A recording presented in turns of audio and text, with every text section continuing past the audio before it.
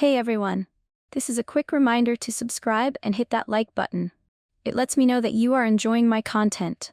Also, feel free to drop your suggestions for future stories in the comments below. Thank you for listening, and let's dive right in. If I had known how much this job would change my life, I might have thought twice before applying. It started like any other night. Me, half asleep, scrolling through job listings, looking for something quick and easy that paid well. I wasn't looking for a real career, just something to keep my bank account from flatlining. I took a year off college to save up some money so I can focus on my studies when I go back. Dog walking, babysitting, odd jobs around town, I'd done it all. That's when I saw it. Nanny for 3.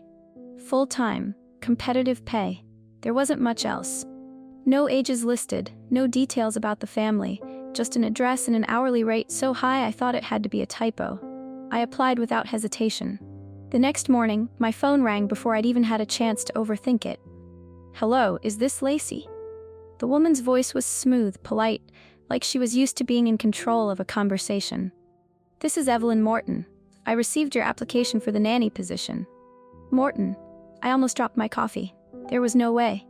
Morton, as in the Mortons, one of the wealthiest families in the state.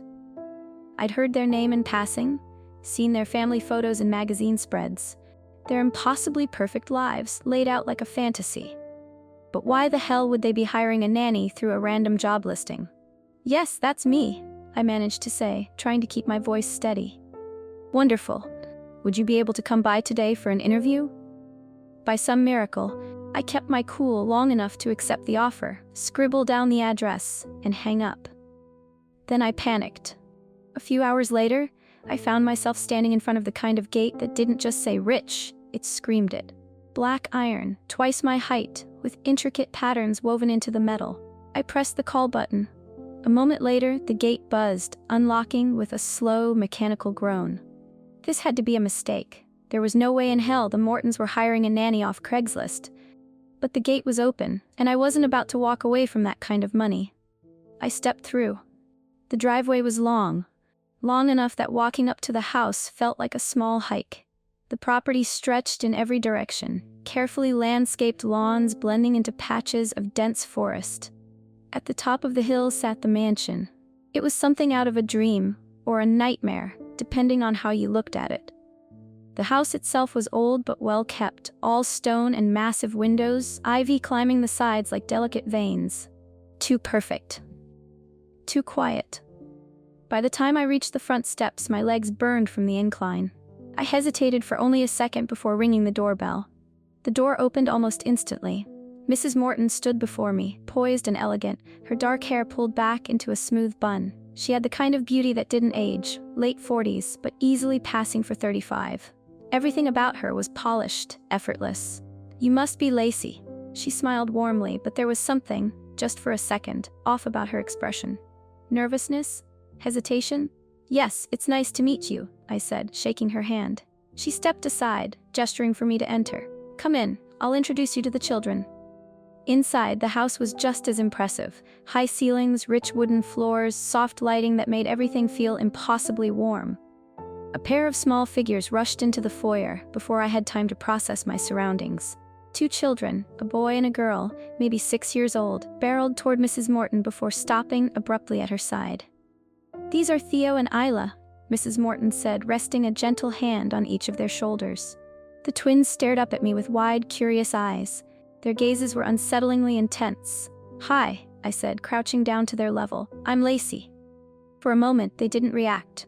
Then, without warning, both of them grabbed my hands, dragging me toward the living room. I laughed, startled but not unhappy about it. "Okay, I guess I'm being kidnapped now." Mrs. Morton chuckled.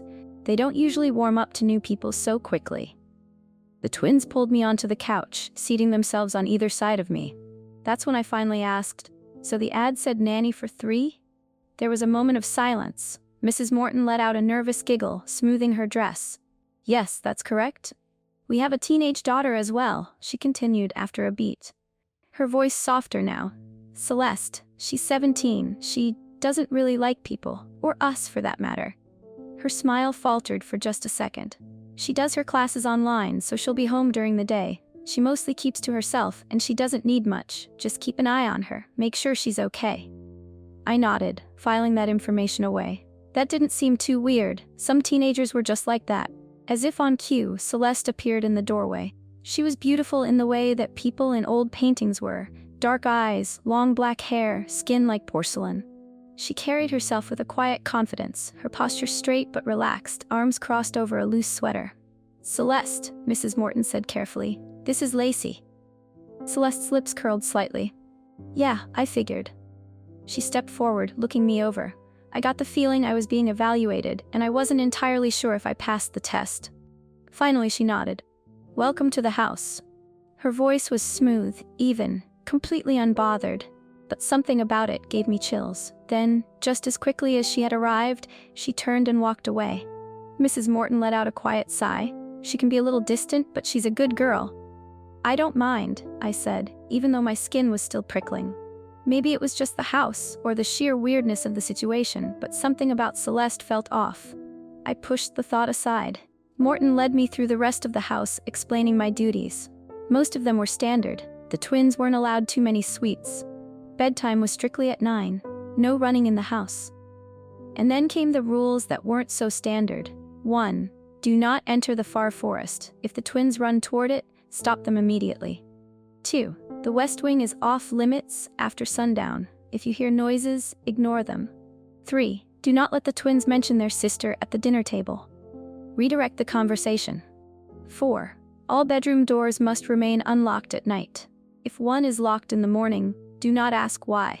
5. If you see Celeste standing by the front gate, call out to her and ask her to come inside. I tried not to let my expression betray my confusion. "What's with the last one?" I asked, forcing a chuckle. "Celeste likes to sneak out or something?" Mrs. Morton's smile didn't reach her eyes. "It's just a precaution." I wanted to ask more, but she was already moving on, leading me toward the guest room that would be mine. I told myself the rules were just eccentric, rich people nonsense. And yet, something deep in my gut was telling me this wasn't just any nanny job. The first week passed in a blur. At first, I treated it like any other nanny job. I woke the twins up, helped them get dressed, made sure they didn't eat candy before breakfast. I kept an eye on them when they played outside, read them stories at night, and reassured them that no, there were no monsters under their beds. But it didn't take long for me to realize that something about this house, about this family, wasn't normal. By the third day, I had already fallen into a routine. The twins had warmed up to me immediately, something Mrs. Morton had told me was unusual for them. Theo and Ela were inseparable. They spoke in hushed whispers when they thought I wasn't listening, finished each other's sentences, and had a habit of pausing mid-conversation, like they were listening to someone else talk. At first, I brushed it off. Kids had imaginary friends, right? But when I actually heard them talking to thin air, I started to wonder if this was something else entirely. One afternoon, I was helping Theo put together a puzzle in the living room when Ela started giggling. "Stop it," she whispered, covering her mouth with both hands. I glanced up. No one was there. "Theo, come on," she continued. "She says you're taking too long." Theo huffed, placing another piece into the puzzle. "Tell her she can help if she wants." I frowned. "Tell who?" Both twins snapped their heads toward me, their faces eerily blank. Isla smiled slowly. "Celeste." I forced out a chuckle. "Right. And where is she?" They exchanged a look before pointing to the empty armchair across from us. A chill ran down my spine. Before I could say anything else, Celeste walked into the room, stretching her arms over her head. "Isla, you're a snitch," she teased, flopping onto the couch. "And I would help, but I'm not in the mood." Theo grinned. "Told you she was lazy." I laughed, trying to shake the unease creeping up my neck. It was just their sister, a normal, living, breathing teenager. Right? I didn't expect to like Celeste. When I first met her, she seemed cold, detached in a way I couldn't place. But over the next few days, we started talking more. It happened in small moments, late nights in the library, quiet afternoons in the sitting room, whispered conversations in the dimly lit hallways. She was funny, sarcastic in a way that made me laugh when I wasn't expecting to. She never pryed into my life, but she listened when I talked. One night, I was in the library, curled up with a book after the twins had gone to bed, when she appeared in the doorway. Can't sleep? She asked, leaning against the frame. I shook my head. You? She smirked, walking over to the opposite chair. I don't really get tired anymore. I didn't think much of it at the time. We talked for hours that night, about school, about the twins, about how strange it was to grow up in a house this big. Sometimes it doesn't even feel like a house, Celeste admitted, her voice quieter than usual. It feels more like a place you get stuck in. I watched her carefully. There was something heavy in her expression, something aching underneath her usual sarcasm. You ever think about leaving? I asked. She hesitated, then smiled, but it didn't reach her eyes. I think about it all the time. But she didn't say why she hadn't left. And for some reason, I didn't ask. Celeste's room was at the end of the upstairs hallway, near the west wing. On my 4th night in the mansion, I passed by her door on my way to the kitchen and felt it before I even saw it. Cold. Not just a drafty room kind of cold, an unnatural, bone-deep chill that made the hairs on my arms stand up. The door was open just a crack, and I hesitated before peeking inside. Celeste was sitting at her desk, writing something in a notebook. The room was dimly lit, but I could still see her breath fogging in the air. I swallowed hard. Jesus, do you not have heat in here? She barely looked up. I like it this way. I stared at her for a second longer before nodding. Maybe she just liked the cold. Maybe it was nothing. I kept walking. By the end of my first week, I started noticing things. Little things at first. Objects slipping through Celeste's hands like she was struggling to hold them. Her reflection lagging in the mirror for a split second too long. The way she never seemed to eat. But the worst thing happened on the 6th night. I was in bed, half asleep, when I heard footsteps in the hallway. Slow, deliberate. I tensed, my heartbeat quickening. Mrs. Morton had given me strict instructions. The West Wing is off limits after sundown. If you hear noises, ignore them. But the footsteps didn't sound like something I should be ignoring. They weren't faint or distant. They were close. Right outside my door. I held my breath. The sound stopped. Then the doorknob rattled. I squeezed my eyes shut, forcing myself to stay still. Don't move. Don't acknowledge it. A long moment passed. Then, finally, the footsteps continued down the hallway, fading into silence. I didn't sleep the rest of the night. By the 7th day, I had settled into the job, but unease had settled into me. The twins loved me. Celeste had become my friend. Mrs. Morton treated me like part of the family, but the rules still nagged at me. The cold room, the laughing at nothing, the whispers, the thing that had stood outside my door. I wanted to believe it was all in my head. But deep down, I knew. Something was very, very wrong in this house. By the 2nd week, the Morton estate no longer felt like a stranger's house. It had its own rhythm, a pulse beneath the polished floors and the expensive furniture. I knew which stair creaked on the way to the kitchen, which window rattled when the wind picked up. I knew the way the twins liked their toast cut, diagonal for Theo, into 4 small squares for Isla. And I knew, more than anything, that something was wrong here. It started with the twins. At first, I thought nothing of it. They were imaginative, deeply bonded, always playing together, their conversations blending into hushed whispers. But the more I listened, the more I realized they weren't whispering to each other. They were whispering to someone else. Celeste says you're safe. It was a rainy afternoon, and the twins were in their usual spot, the floor of the playroom, surrounded by a mess of stuffed animals and building blocks. I was watching them absent-mindedly from the doorway, sipping my tea, when I heard Isla giggle. She likes you, she whispered. Theo grinned, his eyes still focused on his toy car. Celeste says you're safe. I stiffened. What? Isla turned toward me, still smiling. Celeste likes you. There was something unsettling about the way she said it, her voice sweet and sure, like she wasn't just talking about her older sister, like she was relaying a message. I forced a smile, pushing down the shiver that crawled up my spine. That's nice of her. Theo nodded, pushing his car forward. She says you're different from the others. I frowned. What others? Neither of them answered. They just went back to their game, whispering and laughing. That night, I was passing by the twins' room when I heard muffled talking. At first, I thought they were just whispering to each other again, but then I realized it was just one voice. Slow, hushed, like a secret being shared. I nudged the door open, peeking inside.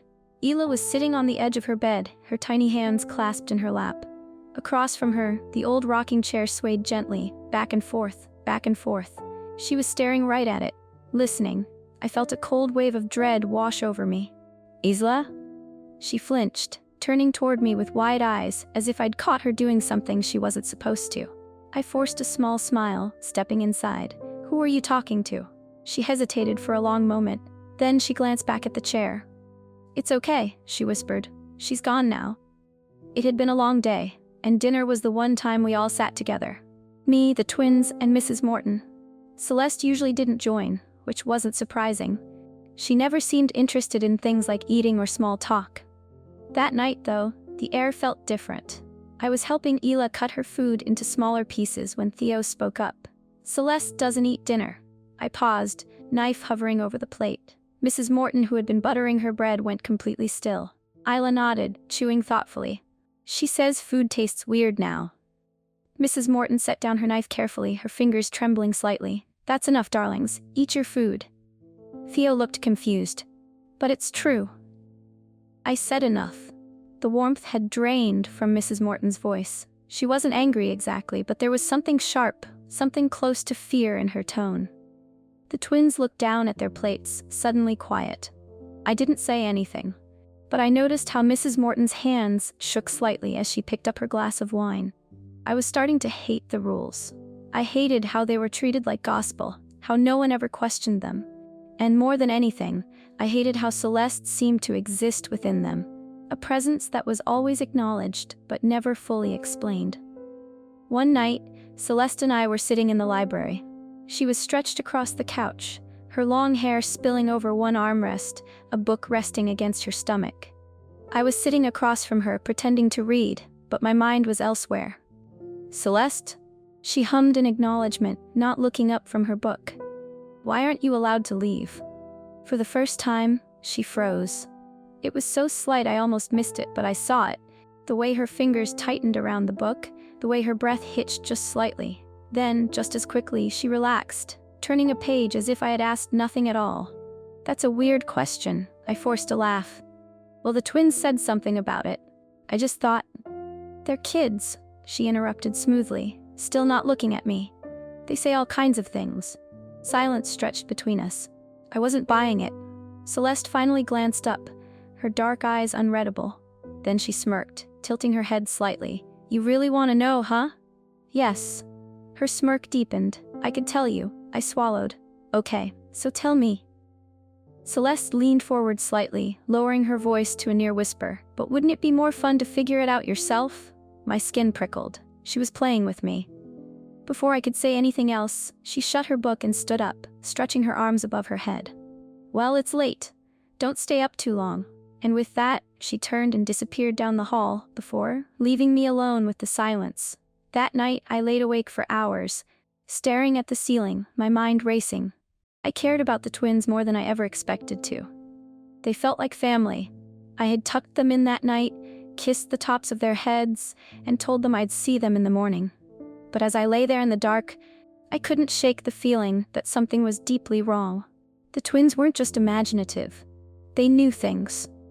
Celeste wasn't just reclusive. She was hiding something. And the house itself, it felt like it was holding its breath, waiting for something to happen. By the third week, I had stopped pretending that everything in the Morton house was normal. I wasn't stupid. I could feel it. The undercurrent of secrets, the heaviness in the air whenever Celeste was mentioned. The rules weren't just eccentric. They were designed to keep something hidden. And I was done ignoring it. It started with something simple. Celeste never left the house. I didn't think much of it at first. Some people weren't outdoorsy, and she had mentioned that she liked to keep to herself. But after 2.5 weeks of seeing her nowhere but inside, I started paying attention. The twins and I would play in the yard, the sprawling greens stretching endlessly around the mansion. We'd build little forts in the hedges, chase each other down the cobblestone paths. But Celeste, she never once set foot outside. She would stand by the window sometimes, watching us. If I waved, she would wave back. But she never stepped past the door. Not once. It made no sense. And then the twins led me to the forest.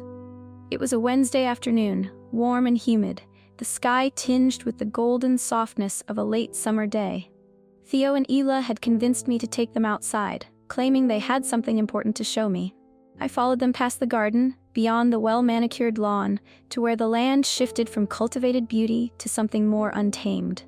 The trees loomed ahead, thick and dark, stretching toward the sky. The far forest. I stopped walking. "Guys, you know the rules. We're not supposed to go in there." The twins didn't move forward. They just stood at the edge of the grass, their small hands clasped together. "We're not going in," Theo murmured. Isla reached out, grabbing the hem of my sleeve. Her fingers were ice cold. "This is where she went," she whispered. I stared at them, my throat dry. Theo turned to look at me, his blue eyes solemn. "Celeste." A shiver ran down my spine. "She ran that way?" Ela said, her voice barely above a breath. "And she never came back." I should have stopped there. I should have let it go.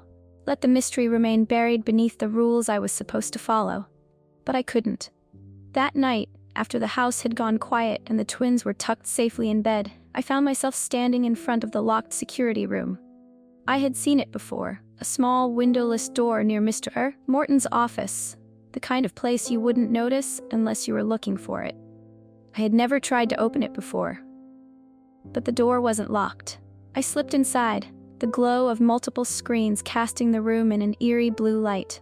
The security system was state-of-the-art, monitors displaying live footage of the mansion's hallways, the front gates, the long driveway. But I wasn't here for the present. I was here for the past. The system had archives. I scrolled backward, past weeks of normal, mundane footage. Past the nights I had spent in this house, past the time before I had arrived. And then I found it. The night Celeste disappeared. The screen flickered, and suddenly I was looking at a party. The Morton mansion was alive, filled with elegantly dressed guests, the soundless movement of laughter and clinking glasses playing out in grainy black and white. My eyes scanned the screen, searching, and then I saw her, Celeste. She was wearing a pale dress, her long dark hair cascading over one shoulder. She stood near the edge of the room, half hidden in the shadows, a glass of something untouched in her hand. And she looked uncomfortable. She kept glancing over her shoulder, shifting in place, like she was waiting for something to go wrong. The camera angle changed, showing more of the party. Then I saw him. A man, tall, well-dressed, older. Someone I didn't recognize, but I didn't need to. The way Celeste stiffened when he stepped closer to her was enough.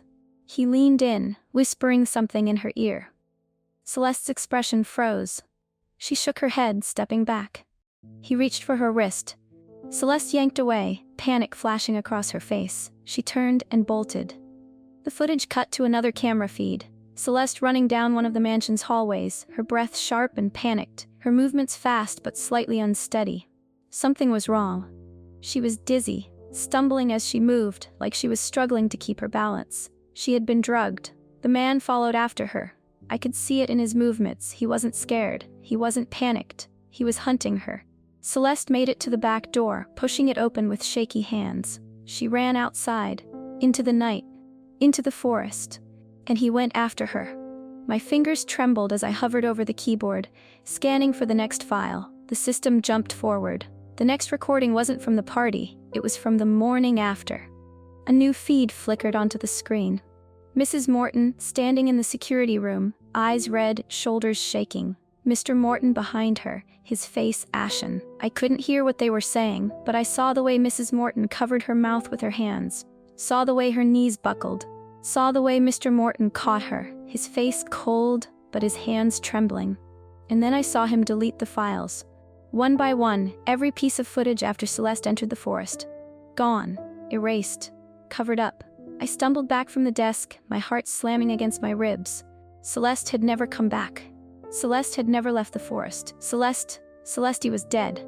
I turned, my breath caught in my throat, and froze. Standing in the doorway was Celeste. She looked at me with dark, knowing eyes, and she smiled. "Find something interesting?" She just stood there in the doorway, watching me.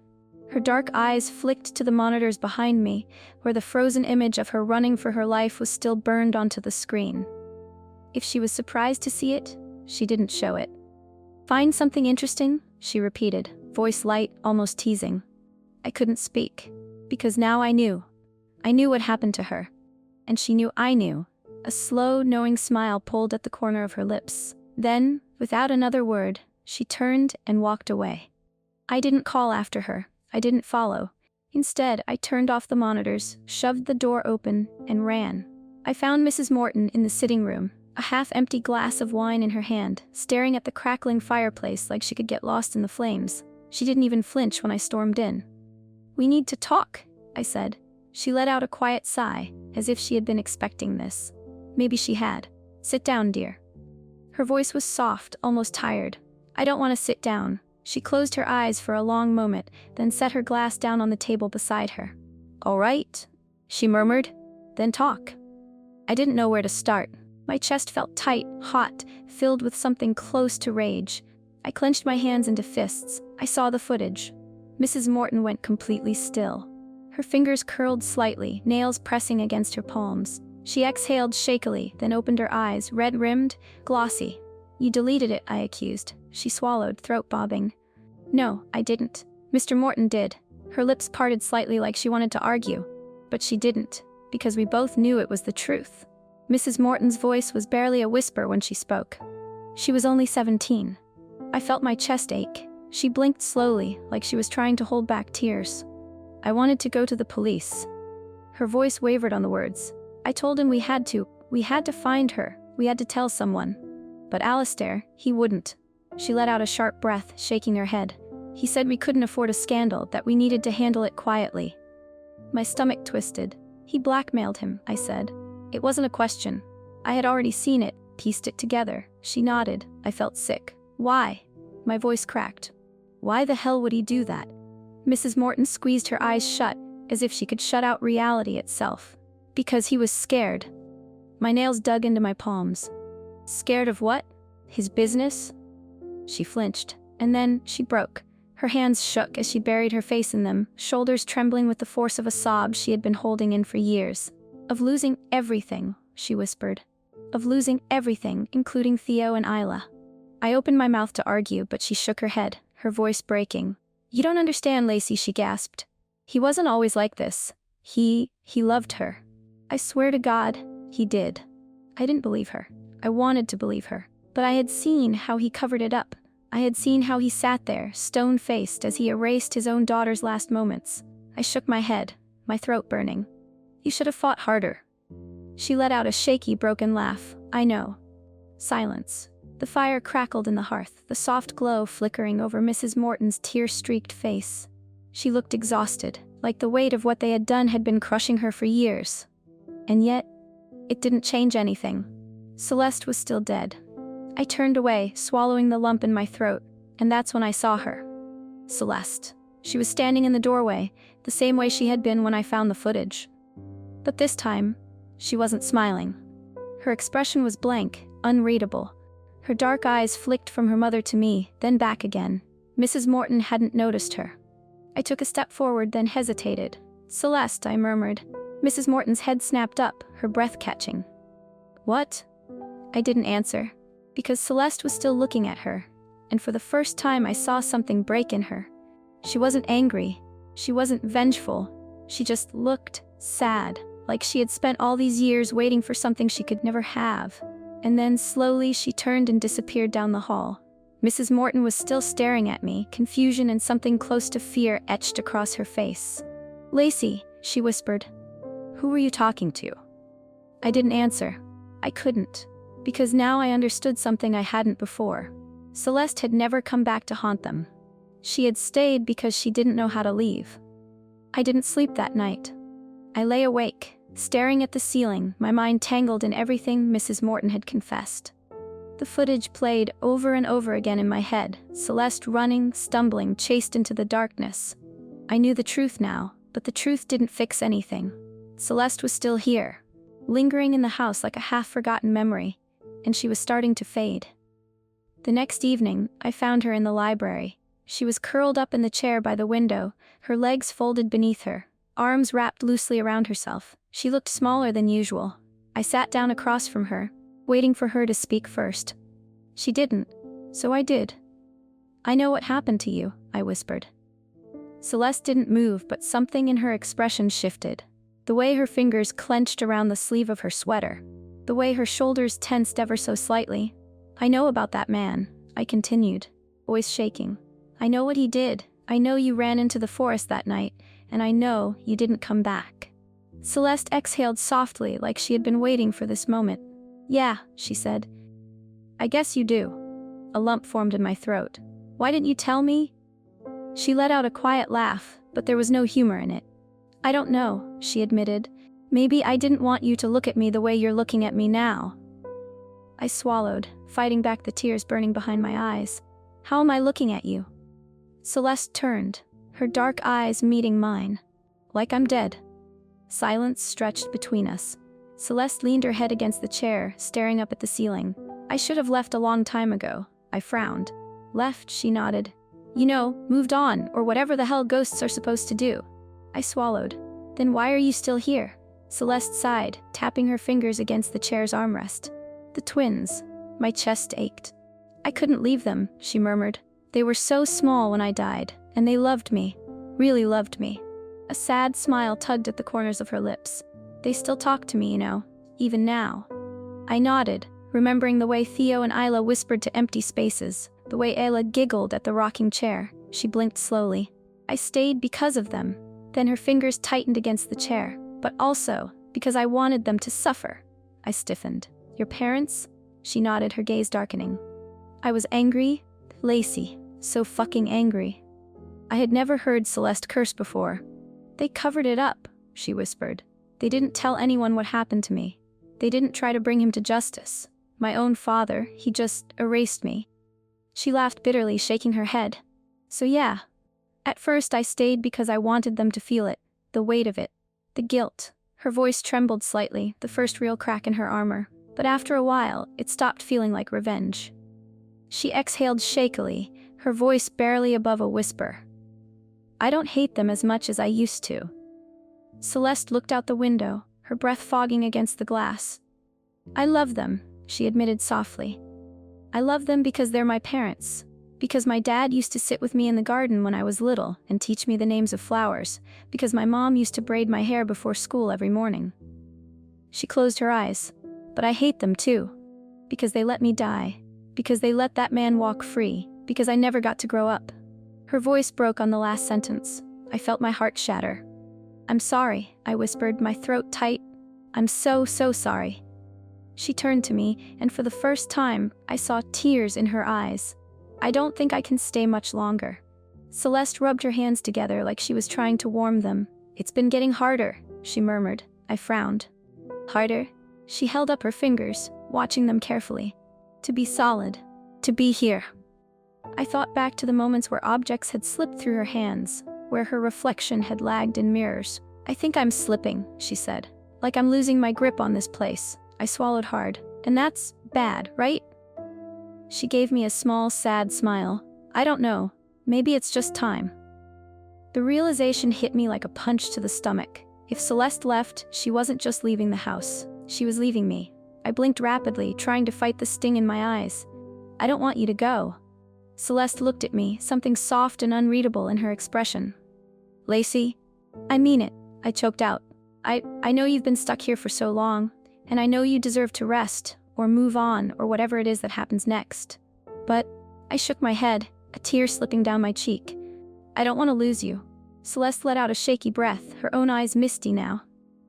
"You're my first real friend," she whispered. I let out a broken laugh. "I seriously doubt that." She smiled. "No, I mean it." She wiped at her eyes, exhaling.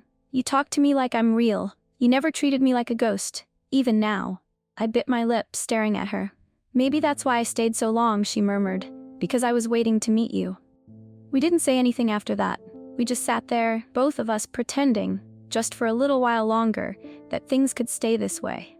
That we weren't running out of time. That we weren't about to say goodbye. I didn't want this moment to come. For the past week, I had tried to ignore the way Celeste flickered sometimes, how her voice would dip into an echo, how her reflection in windows didn't always match her movements.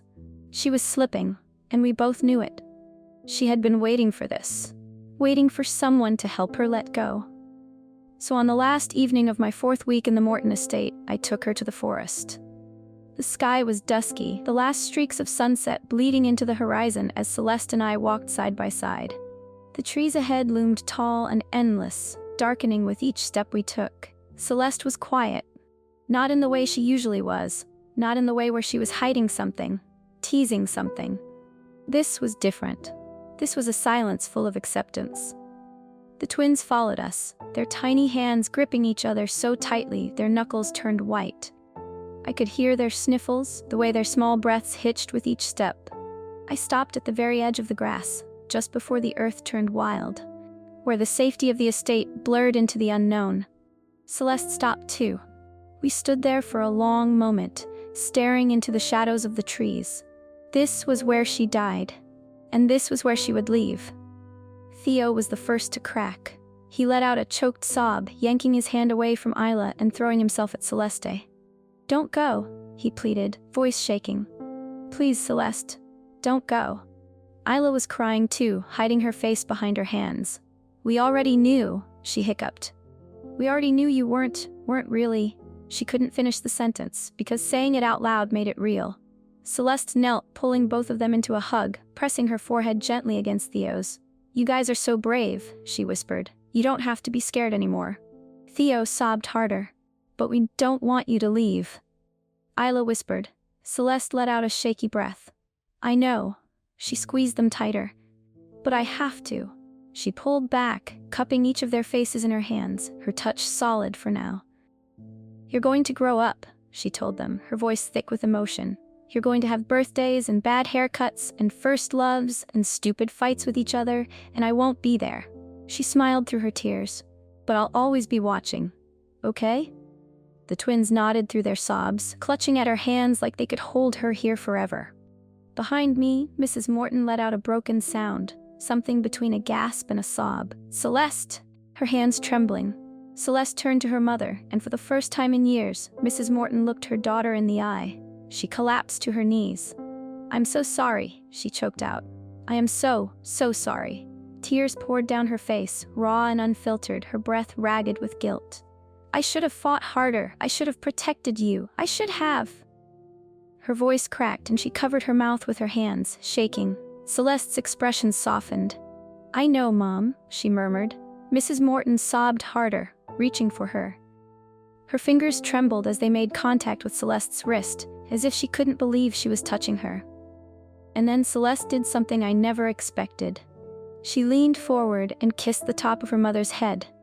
Mrs. Morton shattered, but it was Mr. Morton who broke me. The man who had always seemed so cold, so composed, so distant.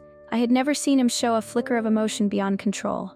But now he fell apart. His legs gave out, and he crumpled onto the grass, his hands covering his face, his shoulders shaking with silent, ugly sobs. Celeste didn't say anything at first. She just watched him, her expression unreadable.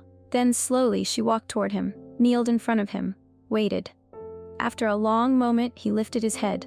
Tears streaked down his face. His lips trembled as he tried to speak, but nothing came out. Celeste reached forward, taking his hands in hers. "Dad?" she said softly. He flinched, like he didn't deserve to hear it, but Celeste just squeezed his hands. And finally, she said it. "I forgive you." A wrecked sob tore from Mr. Morton's throat as he clutched her hands, as he wept in a way only a father mourning his daughter could. Celeste closed her eyes and leaned forward, pressing her forehead against his. And just like that, he wasn't cold anymore. When Celeste turned to me, my vision blurred. I couldn't do this. I couldn't say goodbye to her. But she smiled, a real, genuine, brilliant smile. "Don't cry," she teased, but her voice was shaking too. I let out a choked laugh, shoving her shoulder weakly. "Shut up." She pulled me into a hug, and it wasn't a ghost's hug. It was real, solid, warm. For the first time, she felt alive. I squeezed my eyes shut, clutching at the back of her sweater. "You better be somewhere good," I mumbled. She chuckled softly. "You'll know." Then, she leaned closer and whispered something only I could hear. "I will miss you." My breath hitched. I wanted to hold on to her forever.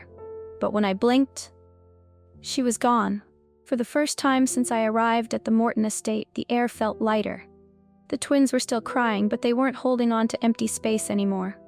Mrs. Morton sat in the grass, her hands clutched to her chest. Mr. Morton had his face buried in his hands. I wiped my own tears away, turning toward the forest. The trees didn't feel so terrifying anymore. There was no shadow looming at its edges, no weight of something unseen watching from within. Celeste wasn't trapped here anymore. She was free.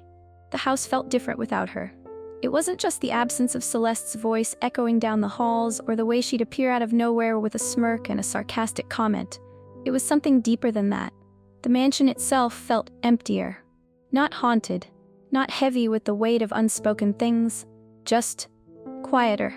For the first time, the Morton estate wasn't a house full of secrets. It was just a house, and Celeste wasn't trapped in it anymore. I held it together as long as I could. For the twins, for Mrs. Morton, for Mr. Morton, who had finally started trying to be a real father again. For the house, for the strange and painful beauty of moving forward. But that first night, when I lay in my bed and reached for my phone to text Celeste before remembering I couldn't, I broke. The sobs hit me all at once, ripping through my chest in a way that hurt. I cried into my pillow, gripping the blanket like it could keep me from falling apart. She was gone. She was never going to tease me again, never going to roll her eyes when I overthought something, never going to sit in the library with me, making fun of bad romance novels or telling me about her favorite places in the house. She was never going to walk through that door again.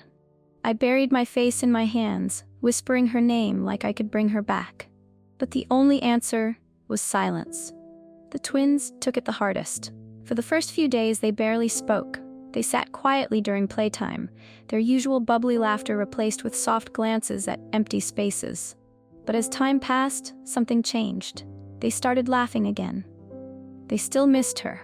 I could tell by the way Isla sometimes turned toward the rocking chair, as if she expected Celeste to be sitting there, or the way Theo hesitated before saying her name, like part of him still thought it was a secret they weren't supposed to talk about.